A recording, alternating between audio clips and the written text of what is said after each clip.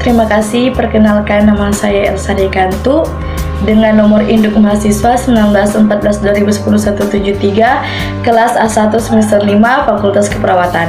Pada saat ini saya akan membuat tugas UTS tentang kegawat daruratan kelautan pada mata kuliah kegawat daruratan kelautan dengan dosen mata kuliah Nursiani Lonto Eskep Mkep. Definisi kegawat daruratan dari para ahli. Pertama, menurut Huta Barat dan Putra 2016, gawat darurat adalah keadaan yang mengancam nyawa yang harus dilakukan tindakan segera untuk menghindari kecacatan bahkan kematian korban. Yang kedua, menurut Sutawijaya tahun 2009, gawat darurat adalah serangkaian usaha-usaha pertama yang dapat dilakukan pada kondisi gawat darurat dalam rangka menyelamatkan pasien. Kesimpulannya, kegawat daruratan kelautan adalah kondisi di mana seseorang mengalami kecelakaan di lautan atau penyakit yang dapat menimbulkan kematian sehingga memerlukan pertolongan pertama agar terhindar dan dari kematian. Kedua, cara menolong orang tenggelam yang tepat ketika ada seseorang yang tenggelam. Berikut ini adalah langkah-langkah pertolongan pertama yang bisa kita lakukan. Yang pertama, segera minta bantuan. Hal yang paling pertama yang perlu kita lakukan bila melihat ada seseorang tenggelam adalah berteriaklah untuk menarik perhatian orang lain yang ada di sekitar kita. Terlepas dari kita bisa menolong atau membantu atau tidak ada salahnya untuk minta bantuan orang lain agar lebih mudah menolong korban. Kita juga bisa meminta bantuan pada penjaga pantai bila ada atau segera hubungi layanan darurat. Yang kedua, keluarkan korban dari air. Setelah itu, lihatlah sekeliling kita untuk mencari alat yang dapat membantu mengeluarkan korban dari dalam air. Bila korban masih sadarkan diri dan bergerak di dalam air, cobalah untuk memanggil dan menenangkannya. Kalau bisa, cobalah raih tangan korban ataupun menggunakan tali dan alat bantu lainnya. Yang terpenting, usahakan untuk segera mengeluarkan korban dari dalam air. Yang ketiga, menolong korban yang sudah tenggelam. Menolong korban yang sudah tenggelam hanya bisa dilakukan oleh tenaga terlatih ataupun orang yang memiliki kemampuan berenang yang cukup baik. Selain itu, penting juga untuk membawa perlengkapan yang memadai saat pergi memberikan pertolongan. Jangan sampai kita ikut menjadi korban karena lalai dalam memberi pertolongan.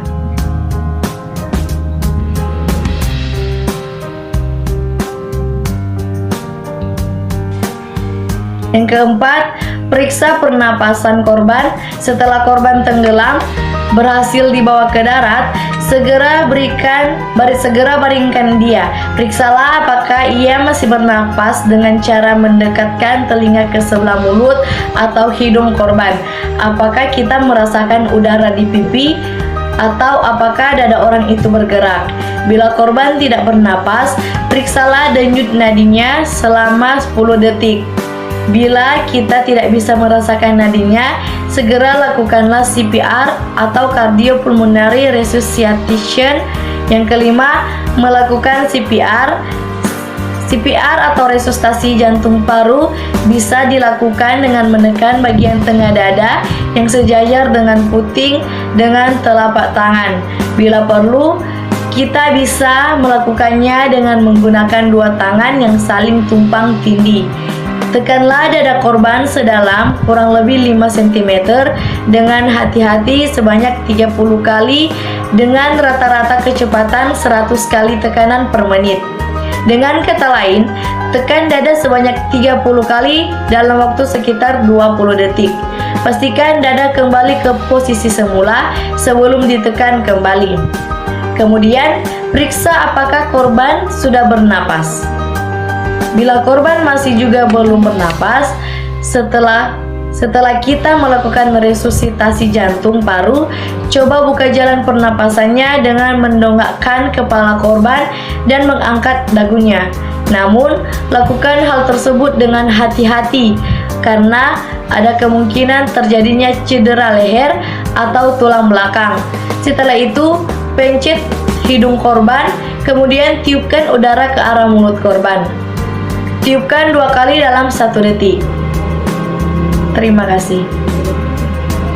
Baiklah, pada saat ini saya akan melakukan head tip. Yang pertama, letakkan 1 telapak tangan di dahi pada penderita dan tekan ke bawah sehingga menjadi tengadah. Yang kedua, saya akan melakukan chin lift. Yang pertama, gunakan jari tengah dan telunjuk untuk memegang tulang dagu pasien, kemudian angkat dan dorong tulangnya ke depan seperti ini. Atau masukkan ibu jari ke dalam mulut dan jari telunjuk memegang dagu, angkat tulang mandibula ke atas seperti ini.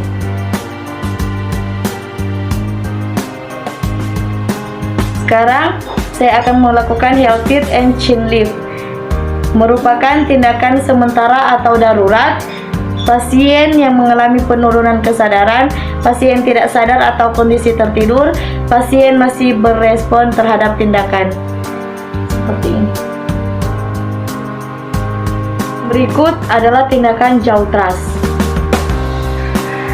4 jari diletakkan di bawah pipi pasien dan ibu jari diletakkan di mandibula pasien. Kemudian angkat seperti ini.